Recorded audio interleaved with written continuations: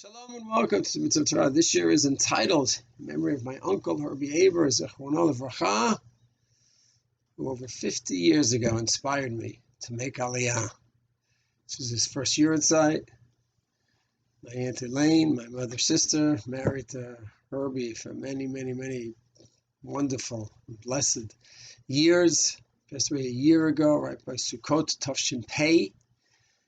And we just observed his first Yurt site, and we've gone for a long time about him, but just one point that we could take with us before Chag HaSukkot. So I remember in '69 in Far Rockaway, being in Far Rockaway with my mom on the moving day, watching them pack up their house on Reed's Lane. What is that? So I was 5, didn't understand the ramifications, but I remember it. And it says many things, but one point that I would like to just express, the idea of being proactive. All Jews around the world know they need to be proactive in many areas of life. A Jew knows he has to put on tefillin. So you're not going to wait for the tefillin to fall from Shemayim and go onto your hand. You're going to put on your tefillin. Shabbat, you're going to go ahead and arrange your work schedule around Shabbat. You'll be proactive. Sukkot now, you're going to build a sukkah. You're going to buy your Avaminim. Proactive. These things are obvious.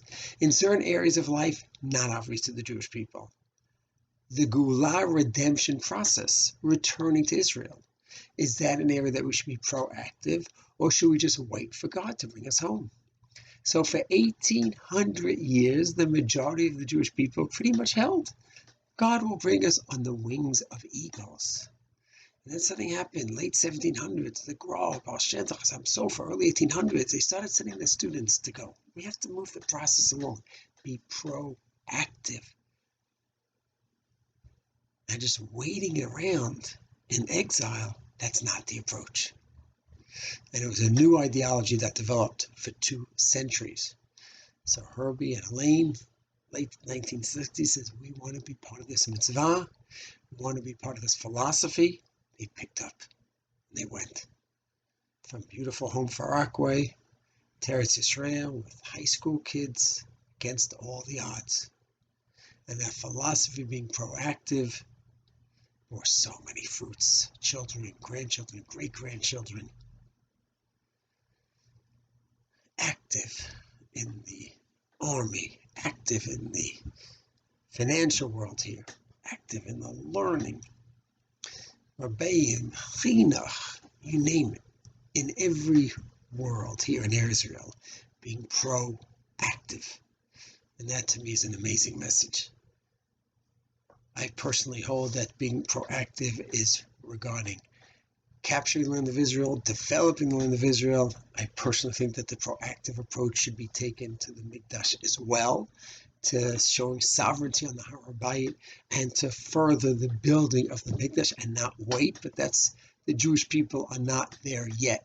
We made the switch from being inactive regarding Eretz Yisrael to being proactive, and that happened 2 centuries ago.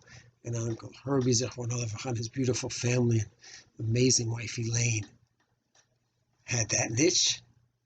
The next act of being proactive, in my opinion, has to be that from all mitzvah we have to be proactive, which everyone always agreed on. Eretz Yisrael, we have to be proactive. And then the next chapter, in my opinion, is being proactive about the Mikdash and how appropriate is that regarding Sukkot. Racham Yakim Lanu Sukkot David Hanofalet.